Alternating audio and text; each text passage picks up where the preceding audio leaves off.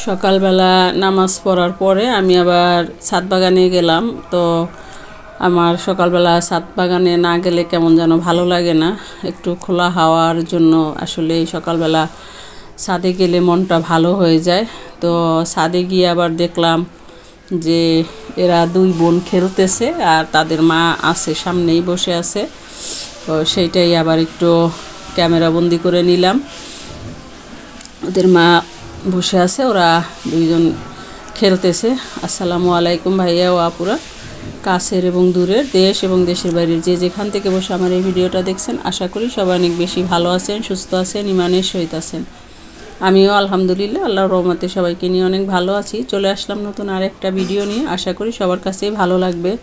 তো এই যে ছাদ বাগানে এসে দেখতেছি এরা খেলা করতেছে, আমি আবার মোবাইলটা হাতেই ছিল, ক্যামেরা বন্দি করে নিলাম। আসলে যারা ইউটিউব করে বা ভিডিও কন্টেন্ট তৈরি করে তাদের হাতে মোবাইলটা থাকাই লাগে, আমারও সেম অবস্থা, যেখানেই যাই মোবাইলটা হাতেই থাকে, দেখলেই কিছু না কিছু ভিডিও করে নিয়ে আসি। এটা আসলে একটা নেশায় পরিণত হয়ে গেছে, আমার মতো কার কার হয়েছে জানি না। আমি আসলে ভাবি অনেকবার যে ছেড়ে দিব, আবার কেমন যেন মনটা মায়ায় ভরে ওঠে। এতদিনের একটা চ্যানেল, এতদিনের এত মানুষের সাথে পরিচয়, অনেকের সাথে শুরুতে ছিল, কেউ কেউ এখনও যুক্ত আছে, আবার কেউ কেউ চলে গেছে। যারা যুক্ত আছে তাদের সাথে তো যোগাযোগ আছেই, তাদের ভিডিওর মাধ্যমে, তাদের ভিডিও নোটিফিকেশন পেলে আমি চলে যাই, তাদের ভিডিওগুলো দেখি, তারাও আমার ভিডিও নোটিফিকেশন পেলে আমার ভিডিওতে চলে আসে, ভিডিও দেখে, সুন্দর সুন্দর কমেন্ট করে।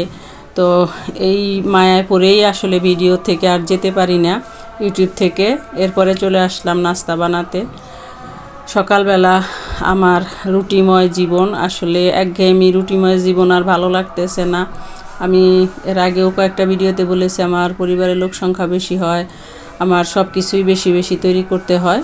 তো সেইটাই, তো অনেকে আবার প্রশ্ন করে থাকে, আপু এত খাবার কেন? আসলে লোক সংখ্যা বেশি হওয়াতেই খাবার সেই অনুযায়ী বেশি তৈরি করতে হয়। আমি রুটি করব, সেই জন্য আটা সিদ্ধ করে নিয়েছি, এখন আটা দিয়ে রুটি বানাবো। আসলে এক হাত দিয়ে ক্যামেরা ধরা আর এক হাত দিয়ে আমি আটা মাখতেছি পুরাটা, আর সেই কারণে ভিডিও করতে পারি নাই। তো আপনারা বুঝে নিন,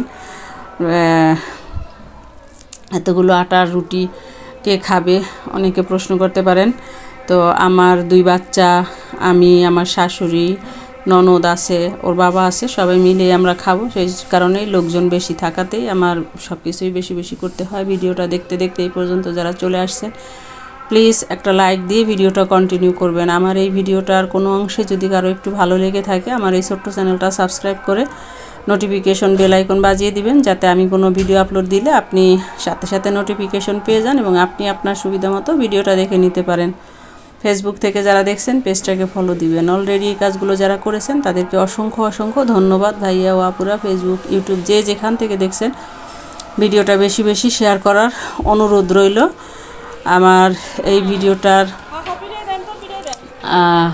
কেমন হয়েছে, আবারও বিড়ালের একটা অংশ, আমি আবারও ছাদ দিয়ে যাচ্ছিলাম, দেখি যে দুইটা বিড়াল ঝগড়া করতেছিল, তো সেইটাও আবার ক্যামেরাবন্দি করে নিলাম। আমি বলতে পারেন যে বিড়াল প্রেমী।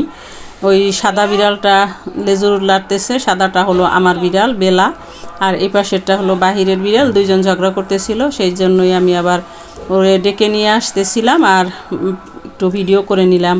ওরে ডাকাতেও সে এখন ঝগড়ায় এত মনোযোগ যে সে এখন আর আসবে না, না হলে এমনিতে আমার পিছন পিছন থাকে। আমি যেখানেই যাই, অনেকটাই আমার ভক্ত বলেন যে আমি বাহিরে গেলে, বাজার টাজারে গেলে বা অন্য কোথাও গেলে সেই সিঁড়ির মধ্যে বসে থাকবে, আমি না আসা পর্যন্ত বসেই থাকবে। আবার আসলেও সে ডাকতে ডাকতে ঘরে ঢুকবে, অনেক কথা বলতে থাকে, যে বোঝা যায় সারাদিন সে আমাকে মিস করছে। তো কারা কারা বিড়াল প্রেমিক অবশ্যই কমেন্ট করে জানাবেন। আমি আগে কখনোই কোনো দিন বিড়াল পালি নাই, ঢাকায় আসার পরে, এই আমার এই বাড়িতে আসার পরে আমি কতদিন যাবত বিড়াল পালতেছি। এর আগে আসলে ওই বিড়াল টিড়াল এগুলা পালা টালা হয় নাই, কারণ ভাড়া বাসায় থাকলে আসলে এগুলা পালা যায় না, ফ্ল্যাট বাসা, দরজা বন্ধ থাকে, কোথায় যাবে কি করবে না করবে। আর আমার এটা তো ছাদটা খোলা, তিনতলা খোলা, সেহেতু আর পালার কোনো অসুবিধা হয় না। তো আজকে আমি রান্না করব খাসির মাংস টমেটো আলু দিয়ে, সেই জন্য এই মশলা এখানে দিয়ে দিয়েছি, বসিয়ে দিয়েছি তেল আর কাঁচামরিচ কেটে দিয়েছি কয়েকটা, কাঁচামরিচ বাটাও দিয়েছি, আদা রসুনের পেস্ট, ধনিয়া জিরার পেস্ট আর আদা রসুন বাটা, এখানে লবণ স্বাদ মতো, হলুদ পাউডার দিয়ে আমি এখন এইগুলোকে কষিয়ে নেব। এই যে মশলাটাকে কয়েকবার পানি দিয়ে কষিয়ে নিয়েছি, কারণ খাসির মাংসতে অনেক তেল আছে, সেহেতু আর তেল বেশি দেওয়ার কোনো প্রয়োজন নাই। এখন মশলাটা তেল না ওঠা পর্যন্ত কষিয়ে নেব। অন্যদিকে আমি খাসির মাংস ধুয়ে পানি ঝরিয়ে রেখে দিয়েছি। এইভাবে মাংস রান্না করলে মাংসের থেকে কোনো খাসির মাংস যে অনেকটা সময় গন্ধ আসে, সেই গন্ধটা আসবে না। অনেকে খাসির মাংস গন্ধের জন্য খেতে চায় না বা খায় না, সেরকম কোনো ব্যাপার নাই। তো আমি মশলাটাকে কষিয়ে নিয়েছি, এবারে রান্না করে নিব। সেই রেসিপিটাই আমি আপনাদের সাথে শেয়ার করতেছি। পুরাটা ভিডিও করা হয় নাই, করতে পারিনি। আমার ছেলে ইদানিং মোবাইলটা নিয়ে এত টানাটানি করে যে আমার কারো ভিডিও দেখতে গেলেও সমস্যা হয়, ভিডিও করতে গেলেও সমস্যা হয়। এই যে মাংসটা আমি ধুয়ে নিয়েছি, এবারে আমি এখন দিয়ে কষিয়ে নেব।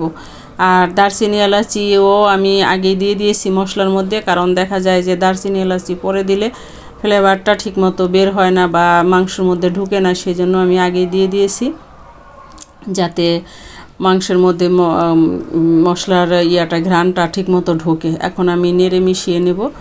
এই যে দেখুন, আসলে আমি স্ট্যান্ড পাতিয়ে ভিডিও করতে পারি নাই, যার কারণে অনেক নাড়াচাড়া মানে হয়েছে। ভিডিও করা যে কত সমস্যা বা ভিডিওর পিছনের যে কত অংশ, এটা আসলে আমরা যারা ইউটিউবিং করি, যারা কন্টেন্ট তৈরি করি, তারাই একমাত্র বুঝি যে এটার পিছনের কত গল্প থাকে। সামনের অংশটা আনতে হলে অনেকটা পরিশ্রম করে তারপরে সামনে আনতে হয়। এটা আমরা যারা না ভিডিও করি তারা আসলেই বুঝবো না এই দুঃখটা বা এই কষ্টটা। আমি এইরকমভাবে একদম মিডিয়াম হিটে মাংসটাকে কষিয়ে নিয়েছি। দেখুন, এখন আমি টমেটো কেটে নিয়েছি কয়েকটা, এই টমেটোটা এখানে দিয়ে দেব। অল্পই দিছি টমেটো, কিন্তু মাংসের মধ্যে টমেটো দিলে কিন্তু দারুণ লাগে। আমি তো গরুর মাংস, মুরগির মাংস, সব মানে মাছ, টমেটোর দিনে আমার ধনিয়া পাতা আর টমেটো ছাড়া তরকারি রান্না করলে মনে হয় যেন লবণ না হইলে যেরকম একটা টেস্ট হয় না, ওই রকম লাগে, যে কেমন টেস্ট হয় না লাগে এরকম। তো আমি দিয়ে দিয়েছি টমেটো, এখন আবার ঢাকনা দিয়ে ঢেকে আরও কিছুক্ষণ রান্না করে নিব, তাহলে ওই যে টমেটোটাও সিদ্ধ হয়ে যাবে। আবার টমেটোর থেকে আলগা যে পানিটা বের হবে, এই পানিতে দেখা যাবে যে আরও মানে মাংসটা সিদ্ধ হবে।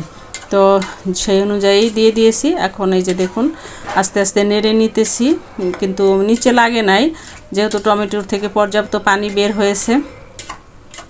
আর আমি মাংস রান্না করলে রান্না করা মাংসর চেয়ে কষানো মাংস পছন্দ করি। সেইখানে যখনই আমি রান্না করি, আমি এখান থেকেই 1-2 পিস খেয়ে নিই। আমি আর কিন্তু মাংস মানে রান্না করা মাংস ওরকম একটা খাই না আহামরি। যাই হোক, এখন এর মাঝে আমি আলুও দিয়ে দিয়েছি 4-5টা কেটে, কারণ মাংসের আলু বাচ্চারা খুবই পছন্দ করে। এখন আমি পানি দিয়ে দিয়েছি, যতটুকু পানি মানে ঝোল রাখবো আমি, যেহেতু একটু ঝোল থাকবেই পাতলা পাতলা, সেহেতু আমি ভালোই পানি দিয়ে দিয়েছি। কারণ মাংস আমার অলরেডি আগেরই সেদ্ধ হওয়া, এখন শুধু জাস্ট আলুটা সেদ্ধ হওয়ার জন্যই আর আমি একটু পানি দিয়ে দিয়েছি। এখন অপেক্ষা করব বাকিটা সেদ্ধ হওয়া পর্যন্ত। মাংসটা কিন্তু আমার রান্না করা রেডি। নামানোর আগে আমি জিরার ফোড়ন দিয়ে নামিয়ে নিয়েছি। আমার চ্যানেলে জিরা ফোড়ন দিয়ে গরুর মাংস, মুরগির মাংসর ফুল ভিডিও দেওয়া আছে, আপনারা চাইলে ভিজিট করে নিতে পারেন। আমি ডেসক্রিপশন বক্সে লিঙ্ক দিয়ে দেব। এই যে দেখুন, মাংসের লুকিংটা অসাধারণ হয়েছে, বাচ্চারা তো খেয়ে খুবই প্রশংসা করছে। ফিরে আসবো নতুন কোনো ভিডিও নিয়ে। আল্লাহ হাফেজ, আজকে পর্যন্তই।